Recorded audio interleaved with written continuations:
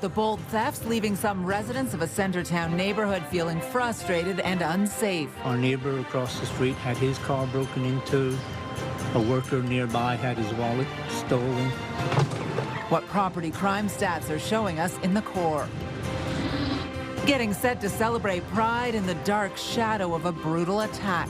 This will be a topic on meeting agendas when we are talking about planning for the parade and the street festival and all of our large-scale outdoor events. The training, preparation and coordination ahead of Ottawa's Capital Pride festivities this August. And a city councillor says it was a parent who was stabbed after intervening in a dispute among several young girls. I don't want the actions of a few individuals to taint an entire community. And Sean Devine, who is pushing for better safety measures in Craig Henry Park, says the girls involved were under the age of 15.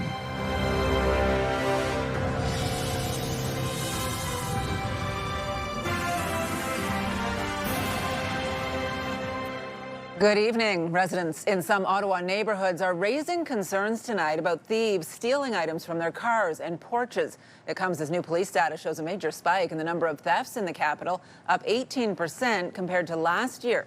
The hotspots, 2 downtown areas. According to the Ottawa Police Crime Map, in the first 7 months of the year, Rideau Vanier had the highest number of thefts under $5,000 at more than 2,700, followed by Somerset Ward at more than 1,300. CTV's Katie Griffin is here with more. Katie. Patricia, from car break-ins and porch pirates to stolen groceries, some in Somerset Ward have been hit several times in the last few weeks alone. It happens in seconds. The last few weeks has definitely been a spike in theft and other incidents in this neighborhood. This is security video from John Mills's house in Centretown. It shows a delivery driver leaving after dropping off groceries and 2 people walking by. The man then returns, grabbing the bags off the porch. Well, it doesn't make us want to move from the neighborhood, but it makes us frustrated with this being such an ongoing issue. New statistics from Ottawa Police show between January and July 20th of this year, there's been an 18% increase in theft $5,000 and under, but a 26% drop in break-and-enters compared to the same period last year. The hotspots, Rideau Vanier and Somerset wards. Shadi Kupti works in Centretown. His wallet was stolen from his truck last week. I tried to chasing him. I called the police and I start to stop my credit card, cancel him. But unfortunately, he took like $220 from my debit card. The area councillor has also recently had a package stolen and says there have been increased police patrols. A lot of this has increased in recent years as rents have become unsustainable. The cost of food has gone up and food bank usage is through the roof. And we have a lot of people with addiction issues who are not getting the health care, the housing, and the support that they need. Sometimes they're stealing to be able to feed their addiction. Sometimes they're stealing just because they need a meal. Mills also recently had his vehicle rifled through and estimates porch pirates have taken nearly a dozen packages in the last few years. He's now considering using secure delivery lockers. Everybody needs to be encouraged to report crimes, no matter how minor, because then in the crime map, police can at least see the bad areas and know where to focus their attention. Other tips to prevent theft include asking your neighbors to take in any deliveries they see if you're not there. And there's also calls for delivery drivers to make sure they ring the doorbell in case someone is home to alert them to a delivery and give them a chance to grab it and not just leave it. Patricia. All right, CTV's Katie Griffin live for us tonight. Thank you. Welcome. Well, safety is top of mind for Capital Pride organizers who say they're reviewing all security for events here in Ottawa, including the parade, after a deadly weekend attack at a Pride event in Germany. CTV's Leah LaRocque joins us in studio with a look ahead at this. Leah. Patricia, Ottawa's Pride Parade is August 30th. Organizers say they've already been working with police on a robust and strong safety plan. But what happened in Berlin is a reminder why security has become an increasingly important part of planning Pride events. It's supposed to be a celebration of love and inclusion. But this year, Capital Pride comes as the LGBTQ2S+ community mourns an attack in Berlin. Certainly makes us take a beat in the office. Over the weekend, a man drove a vehicle into a crowd at Berlin's annual celebrations, then stabbed people with a machete, leaving 1 dead and 29 people injured. This tragedy in Berlin is going to come up on those meeting agendas, but the meetings were already scheduled, they were already in place, so we already had space to talk about these kinds of things and to adjust plans. Capitol Pride re-examining all of their safety and security measures. We have emergency plans that are reviewed by the Special Events Advisory Team. Heavy vehicle mitigation is something that's already been top of mind for years, and we continue to work on and tweak. Capitol Pride says so far no group has withdrawn from marching in the parade because of the events in Berlin. But they say they will continue to have ongoing conversations with organizers and participants so that everyone has as much information as possible. Ottawa's mayor says the city will do everything possible to ensure safety of participants. We'll be ready to protect and support everybody as best we can. There's a different route this year. The police tell me it's going to be a little bit easier to secure. All the roads are going to be blocked. The parade will start at Booth and Wellington Street, go up Wellington and down Bank Street, ending at Slater and Bank. It's very tricky to plan security around multiple events happening over a geographic area. Experts say there will be a heightened awareness. So they're going to look at what were any failings that may have existed in planning. Did they not gather enough intelligence? Was there poor leadership? Was there lack of communication? Capitol Pride's goal is still unchanged. When we're trying to, have a safe and celebratory event, especially like really highlighting that the celebratory atmosphere and the joyful atmosphere that we're trying to create. So in a statement this afternoon, Ottawa police say they have directed frontline officers to proactively attend key community locations to enhance visibility and provide reassurance. Patricia. CTV's Leah Larocque live for us tonight. Thank you. Well, 2 people under the age of 18 are now facing charges after a stabbing left a man with serious injuries. According to the area councillor, a parent was stabbed at Craig Henry Park in Nepean last week while trying to intervene in a dispute involving young girls. CTV's Josh Morano joins us now with more on this, Josh. Yeah, Patricia, residents I spoke with today say they were shocked, not just by the stabbing at a park so close to home, but by the age of the accused involved.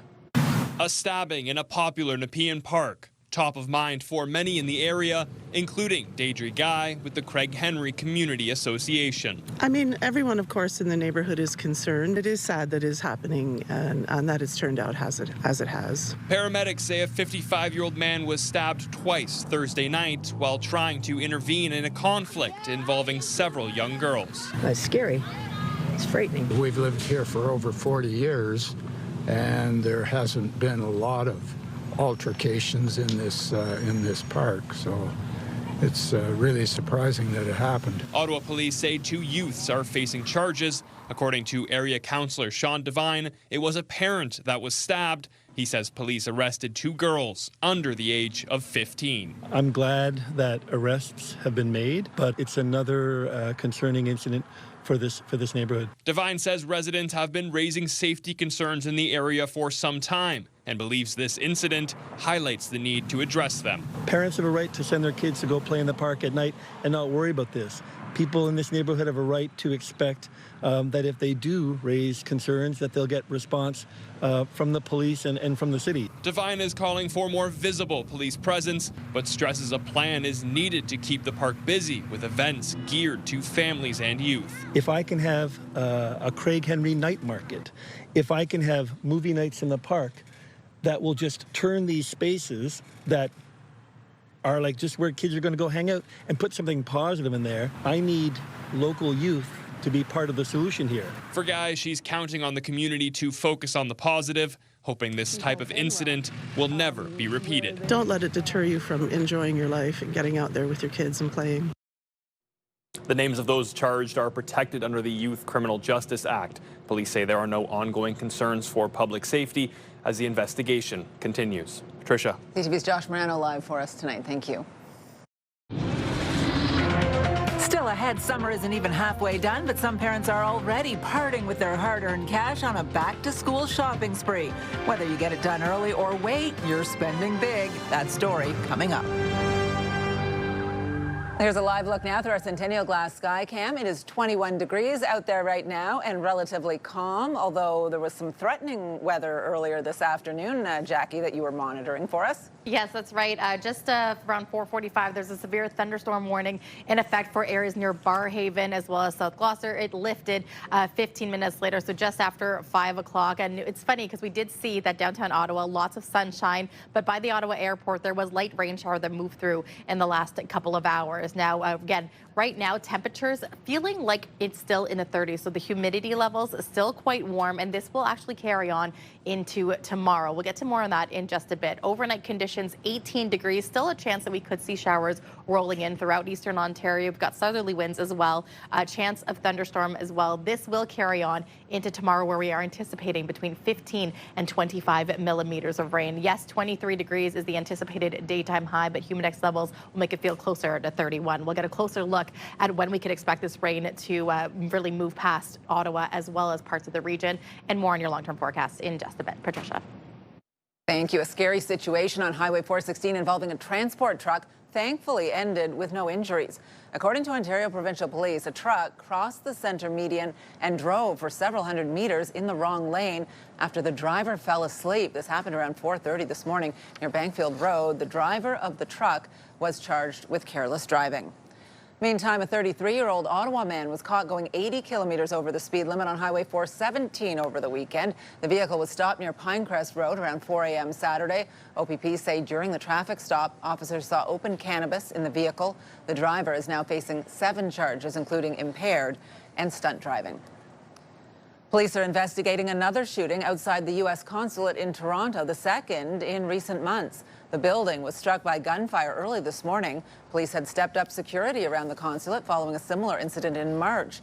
It was an officer who was on surveillance in the area who first heard the shot, but the suspect managed to get away. We will get you. We have apprehended the previous shooters, all 3 of them, and we will bring you to justice. You will be held accountable. No one was injured in the shooting. Investigators are combing the area looking for evidence. Police say the suspect or suspects fled the scene in a white Honda Accord with no license plates. The chase was called off because of the high rate of speed. The March shooting was connected to a gun-for-hire scheme involving young people, but police could not say if this shooting is linked to the same group. An intern from Canada has been arrested and accused of spying at NATO headquarters, raising concerns about a breach in Canada's vetting process. CTV's Judy Trin has the latest. Belgian authorities have accused a Canadian female intern at NATO headquarters of being a spy. After her arrest, the woman's office and home was searched by police. Her computer data was downloaded. This arrest is prompting the Canadian government to investigate how she got her security clearance, which was vetted by CSIS and the RCMP. As a country, we will continue to investigate the processes we have and the security screening. It is an ongoing work that we do, and in this particular case, I think it's important to get to the bottom of what happened. The minister says whether the suspect worked for internal Canadian departments before she was hired at NATO is also being looked at. Belgium's federal prosecutor says the intern is of Chinese origin, a Canadian citizen suspected of spying for an unnamed third country and of being a member of a criminal organization. The junior employee that is most prone to manipulation, exploitation, senior or leadership positions, they often have the protection 24/7. They have security agencies watching their back. Analysts say young employees are vulnerable targets for hostile foreign powers playing the long game. The juice is worth the squeeze, right? Because I mean, if they invest in this asset for a very long time, they keep it under the radar, keep attention away from that person, and then that asset rises to deputy foreign minister or becomes head of the delegation or, is one of the political military affairs that shape. The amount of intelligence and what that asset can pay back after years of investment is really just unbelievable. NATO says no sensitive information or operations were compromised at its headquarters. The Canadian woman makes her first appearance in court on Tuesday behind closed doors. Judy Trin, CTV News, Ottawa. As the country continues to grapple with a doctor shortage, a new study suggests the situation is getting worse. Emergency room doctors are leaving their positions in large part due to burnout. CTV's Austin Austin, on the study and what stands out. Yeah, Patricia, the study published in the Canadian Medical Association Journal is the culmination of 6 years of interviews with hundreds of emergency room physicians across Canada, and it finds that about 1 in 10 ER doctors are burning out and leaving their jobs. But that's not all. 48% of those that were surveyed say they have reduced their clinical hours in emergency medicine, and 20% say they have taken time off from emergency medicine. The study's author says the findings point to a healthcare crisis that is worsening year by year. The study concluded that high levels of physician burnout can lead to lower quality care and risks to patient safety. More than 400 doctors from right across the country took part in the online survey. Here's one emergency room physician who says there are many examples of stressful situations that are wearing down healthcare professionals. I had a young man who was in a car accident. There was no beds in our emergency room because all of the beds in the hospital were filled. I had to examine him he was in extreme pain in a chair and send him for trauma surgery, all while he was in a waiting room chair. There's a woman who needed surgery that was put off for months because of no OR time, who nearly bled to death in front of me. Now, burnout is emotional, physical, and mental exhaustion caused by prolonged and excessive stress. It typically occurs when individuals feel overwhelmed, emotionally drained, and unable to meet constant demands. The author of the study also says the shortage of nurses and doctors means healthcare professionals are constantly working overtime, with emergency departments making up for system inadequacies with little support. Patricia. CTV's Austin Lee live for us tonight. Thank you, Austin. Well, family, friends, and colleagues are remembering Paul Rushforth, a prominent Ottawa real estate broker and member of our own Bell Media family, who passed away last week.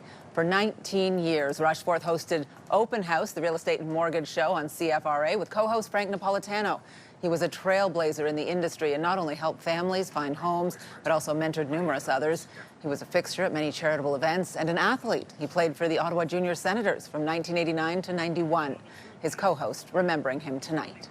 Take aside the fact that Paul was an awesome dad, an awesome friend, and an awesome realtor, he also gave back. I mean, you know, anytime anybody would ask him to support something that was a charity, he was there. So, you know, that's his legacy. His legacy is making everybody around him better. Rushforth passed away suddenly at the age of 52 on Friday. Our condolences to his family and many friends. According to the survey, parents do research digitally and compare online, but physical stores do remain central because families want to see products. They need to confirm availability. Still ahead when it comes to getting supplies for kids to go back to class, why most parents choose to go old school. Jackie. Well, thanks so much, Patricia. Taking a look at tomorrow's conditions, yes, rain is on the way, 15 to 25 millimeters during the day. We could likely see this beginning at 2 p.m. until 6 p.m. Chance for severe thunderstorm warning or watch could be in place as well for the afternoon. Temperature-wise, we are anticipating 19 degrees to start. By 4 p.m., 22, 23 degrees, the daytime high, with humidex levels feeling closer to 31. It does feel like it's 30 out there right now with those humidex levels. Current temperature, the reading at 25. Here's a live look through our Centennial Glass Sky Cam, showcasing Coyote Point. The sun is shining quite nicely on downtown Ottawa. Someone's pulled off the ultimate comfort crime. CTV and Move 100's $15,000 comfort heist. Track the daily clues, and you could win a $15,000 Lazy Boy room makeover. Visit Lazy Boy Canada, Searville, and Hunt Club for exclusive bonus clues. Want to be sitting pretty? Submit your daily guess at ctvottawa.ca or move100ottawa.ca. CTV and Move 100's $15,000 comfort heist. Brought to you by Lazy Boy, Ottawa, Gatineau, and Kingston. Comfort that fits your life.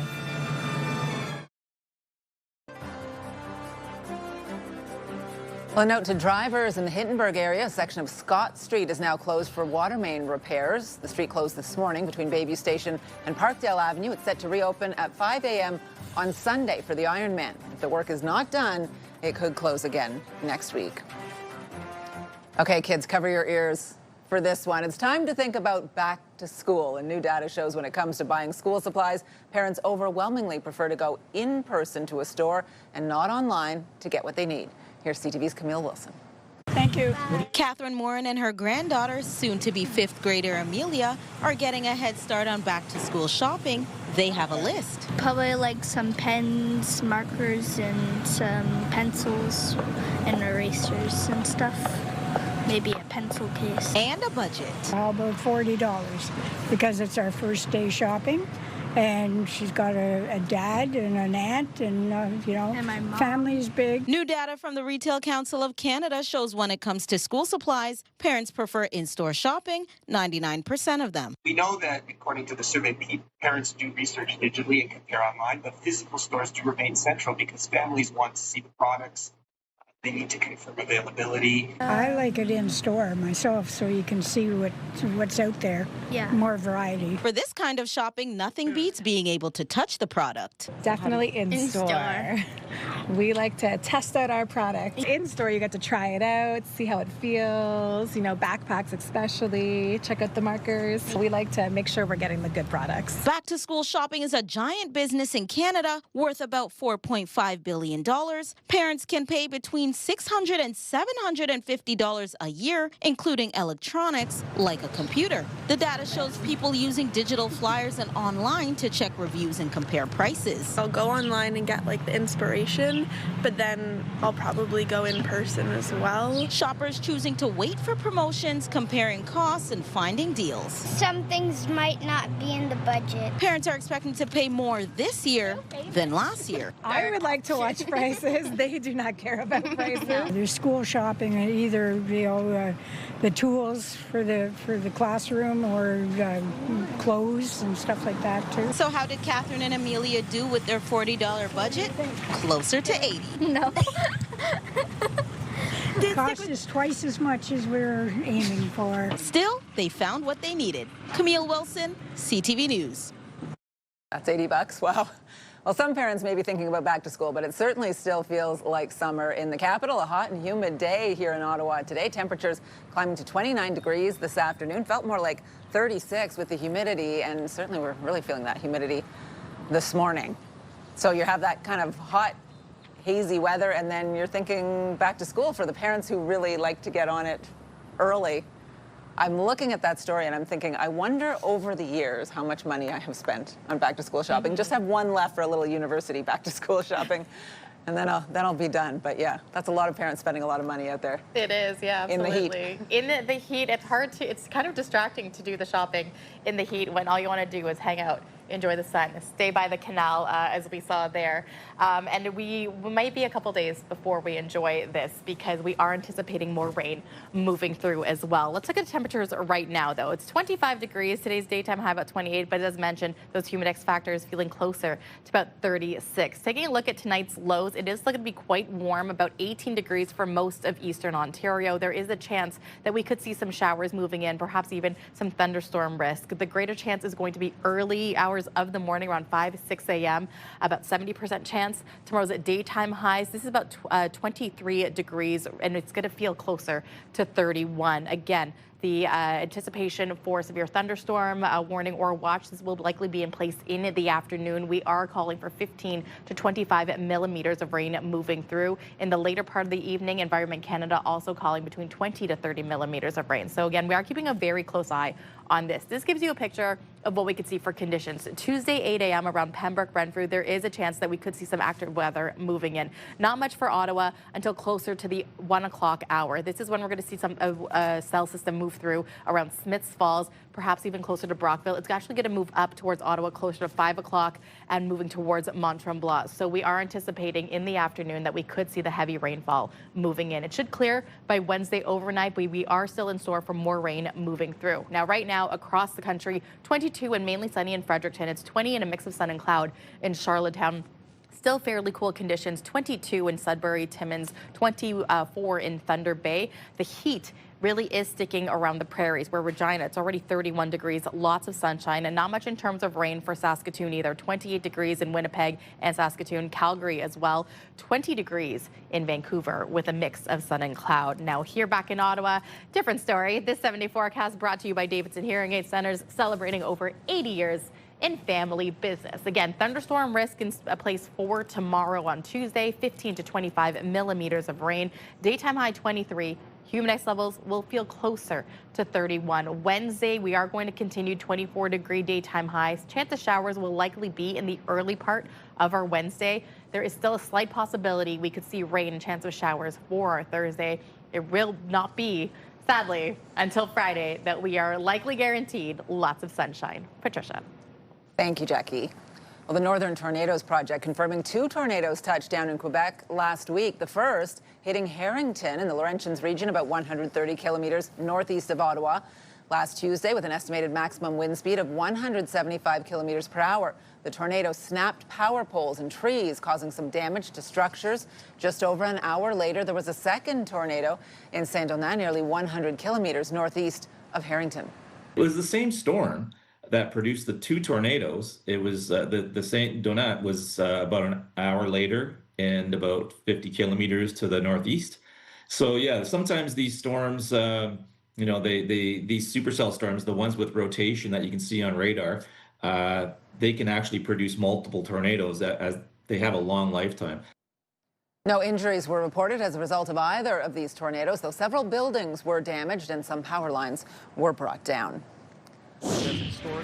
Still to come, traffic is moving along the Gordie Howe Bridge, which finally opened today against the backdrop of trade tensions with the U.S.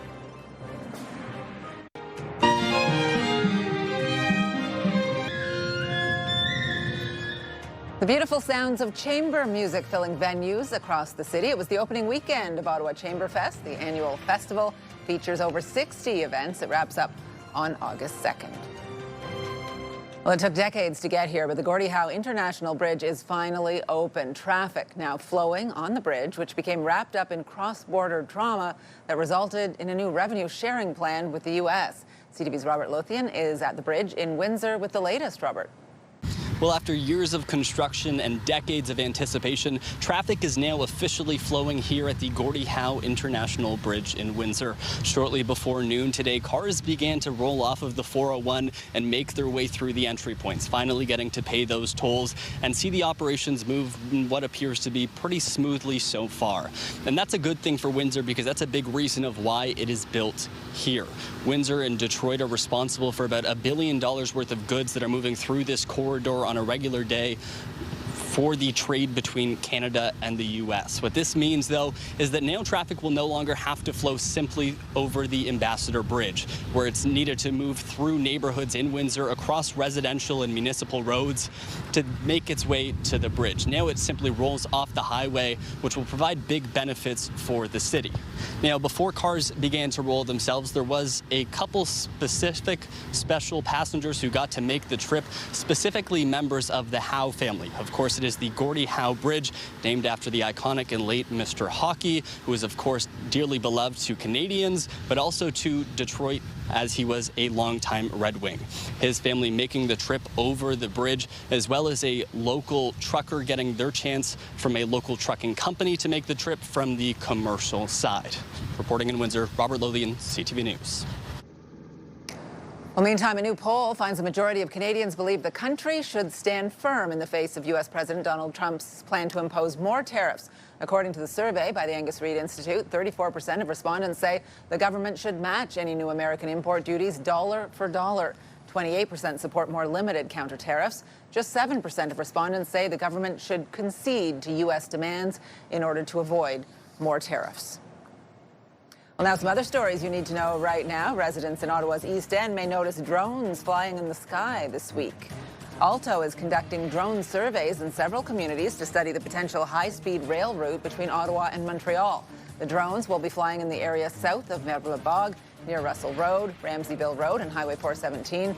The plan is to eventually run high-speed trains between Toronto and Quebec City, with several stops along the way. The first phase of the project will be built between Ottawa and Montreal. A Sandy Hill drop-in centre is set to relocate. Belong Ottawa operates Centre 454 on King Edward Avenue, offering a space with meals, showers, laundry, and resources. The organization has not shared why it will be relocating, but says it was a decision made with the city. It's now working to find a new space by January 2027. Cadbury is recalling one of its products because of undeclared pistachio. The recall involves several of the company's Dairy Milk Oreo chocolate bars. Officials say people have reported allergic reactions after eating the products. Anyone who bought the chocolate bars should either throw them in the garbage or return them to the store for a refund. A food safety investigation is underway, and the recalled products are being pulled from store shelves.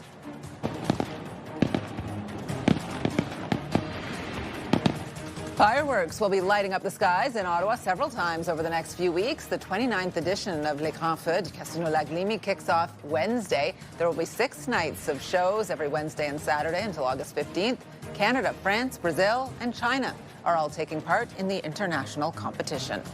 And there will be a number of road closures in the area around Lac-Limy Casino and the Canadian Museum of History the night of the fireworks show. That includes parts of Laurier Street, Victoria Street, Elizabeth Briere Street, des Alimentières Boulevard, Saint-Étienne Street, de Verdun Street, and Notre-Dame-de-Lille Street in Gatineau. The Alexandra Bridge will be closed to both cars and pedestrians.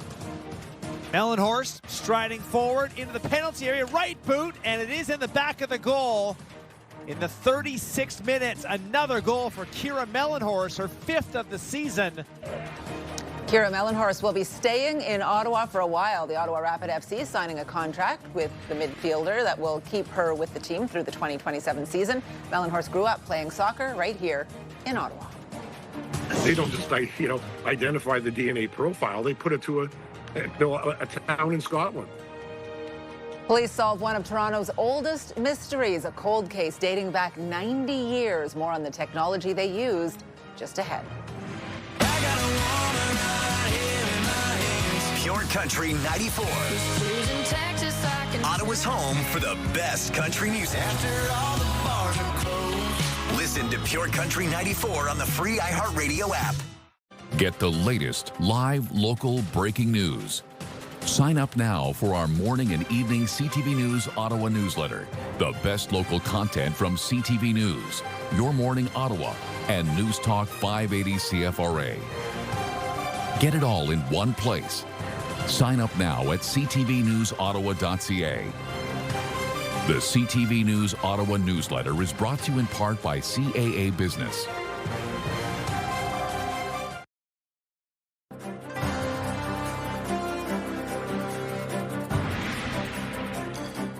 Two cold cases solved decades and decades after the crimes left police scratching their heads. Now Toronto police, using genetic genealogy, have broken the mysteries. CTV's Heather Butts has the details.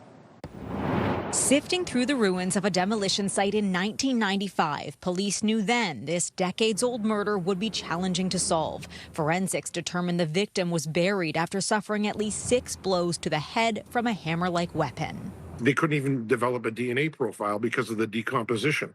And now they don't just identify the DNA profile. They put it to a town in Scotland.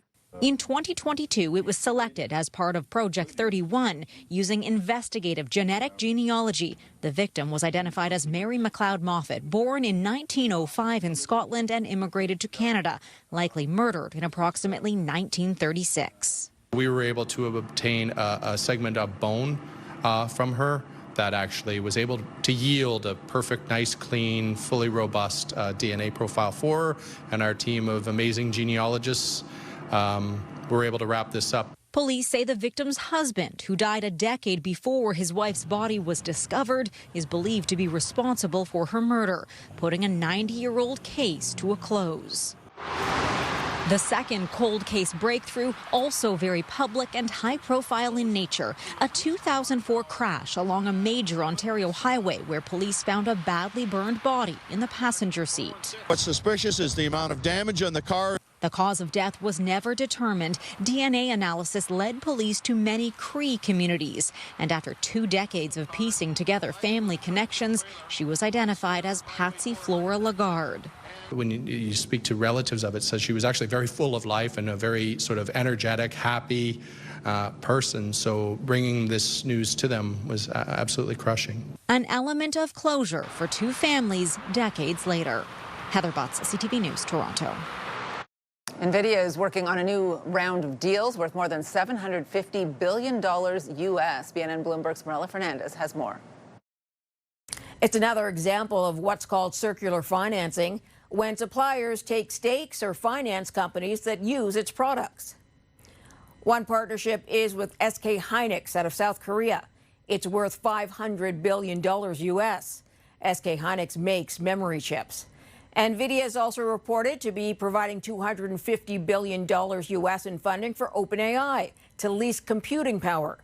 The concerns about one tech company financially backing another sent NVIDIA shares down today. Here are the closing numbers for the day. The Canadian dollar is down to $70.82 US. West Texas Intermediate down over $8 to $82 US a barrel. Western Canadian Select is down to 70.17, and the TSX gained 199 points today. Those are your business headlines. I'm Marilla Fernandez.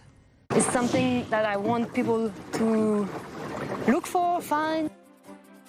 Coming up, a Quebec woman's unique way of raising awareness about sustainability and the importance of the St. Lawrence River. Tonight, gunfire erupts at the U.S. consulate in Toronto. It is currently too early to determine the motive of the shooting. What was revealed about the attack and why a police pursuit was called off? Later on CTV National News and watch on Crave. You're watching CTV News with Patricia Boal. Ottawa is always on the move. We're a big city With a laid-back vibe. where foodies love their sweets, And markets bursting with flavor. wrapped up in waterways. And hot summer days. This is a city where culture is on display. And the future, Meets the past. where people come together. Always proud Often loud. Whee! and positively the best place to live. We move with you, Ottawa!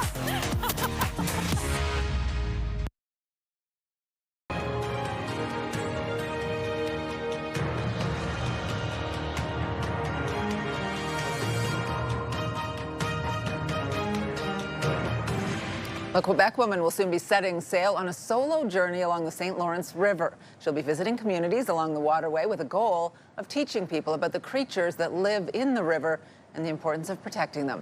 Here's CTV's Angela Mackenzie. Si tu veux m'aider, on peut le tourner. It's a beautiful day on the water and a chance for Gwen Duval to prepare for her upcoming sailing adventure. Connection that you can have with the water is something that I want people to look for, find. Helping her from the dock is her mother, the woman who fostered her love of sailing pretty much from birth. The first time she was on the boat, she was a very small baby. I think that about 4 years old, she was able to drive a boat. How do you say? 2 years ago, Duval completed a transatlantic sailboat race from Quebec to St. Malo, France, with an all-woman crew. Now, she's headed out on a solo journey aboard the Meaban, her wooden sail and rowboat powered only by wind and muscle. For a month, she'll combine her love of the river with science education and writing. On August 9th, she'll depart from the eastern tip of Montreal and sail 400 kilometers along the St. Lawrence. She plans to stop in at least 11 communities before reaching Île-aux-Coudres around September 15th, her final destination. A trained oceanographer, Duval will hold workshops at each stop, teaching about the plankton that feed the river's ecosystem. There's something moving very fast. Pew, pew, pew. With the help of a powerful microscope on loan from Curiosity, Duval will show people the microscopic organisms living in the water. So plankton, there's some zooplankton, like those ones. Making the invisible accessible to the average person. We take some water and there's nothing in it, and then hop, we can watch it. I've seen fascination in the eyes of others, and this, I love it. At her workshop, she's encouraging people to write letters about the river, which she'll hand deliver from one community to the next. Conditions could be challenging, even treacherous past Quebec City, but her mother says she's confident in her daughter's abilities. She knows meteo, she knows the currents. She will not go if it's not the time to go.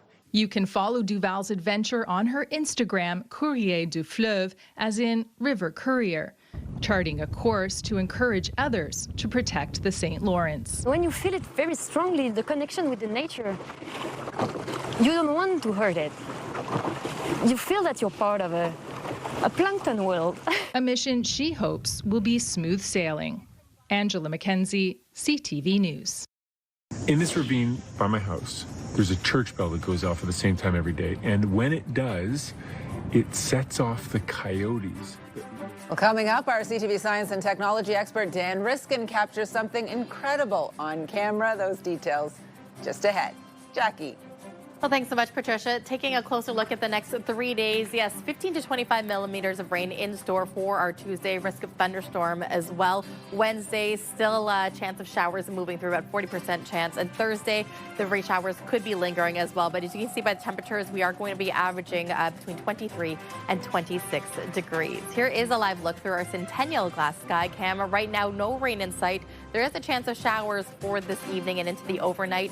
Right now, temperatures sitting at 25 degrees. The National Capital Region is jam-packed with incredible experiences you don't want to miss. Hey, it's Tanea Taylor, your iHeartRadio Weekender, powered by Barhaven Ford. Get the inside scoop on all the biggest and best events every Thursday, Friday, and Saturday on CTV, Move 100, Pure Country 94, TSN 1200, and News Talk 580 CFRA. iHeartRadio Weekenders is powered by Barhaven Ford. Take your weekend path. You've got the Bronco Sport for it.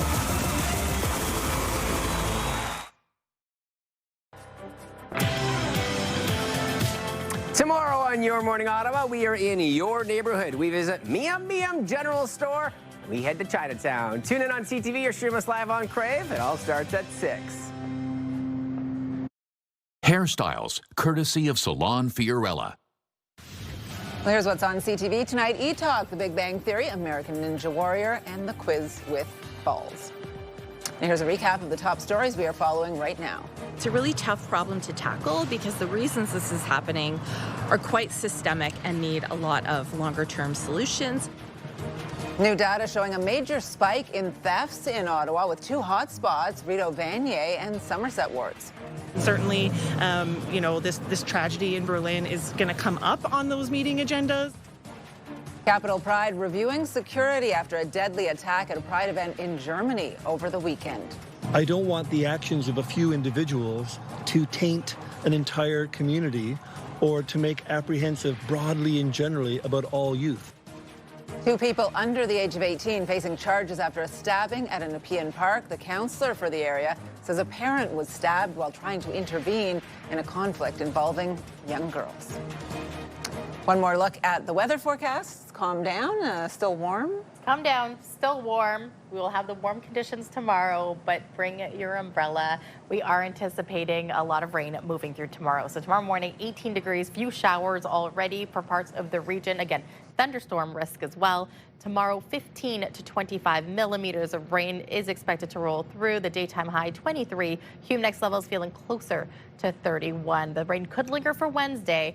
24 degrees, the daytime high. Will also potentially linger for Thursday, where the daytime high is 26. So Friday, that's what I'm pinpointing, because sunshine, 28 degrees, and it won't last very long. As you can see, Saturday, cloudy skies are in store, but the temperatures are still getting closer to 30. It looks like the Red Blacks might get lucky this week with actually the good weather falling on their day, so fingers crossed that stays.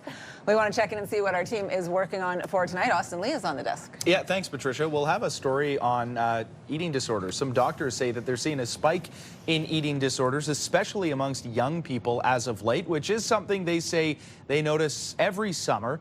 The number of visits is up significantly right across the board, but again, especially for young people. So CTV's Sweeta Rassi will have more on the surge of those eating disorders tonight at 11:30, and you can get the news anytime, anywhere at ctvnewsottawa.ca. And join me tonight for CTV News at 11:30. Good stuff, will do, thank you. And finally for us tonight, you've likely seen our CTV science and technology expert Dan Riskin on TV before. Maybe you hear his chats with me on Mondays on CFRA. Well, now he is going viral because of this incredible video. In this ravine by my house, there's a church bell that goes off at the same time every day. And when it does, it sets off the coyotes that live in the ravine. And that time is coming up right away here. And I just wanted to see if I could get a video of it.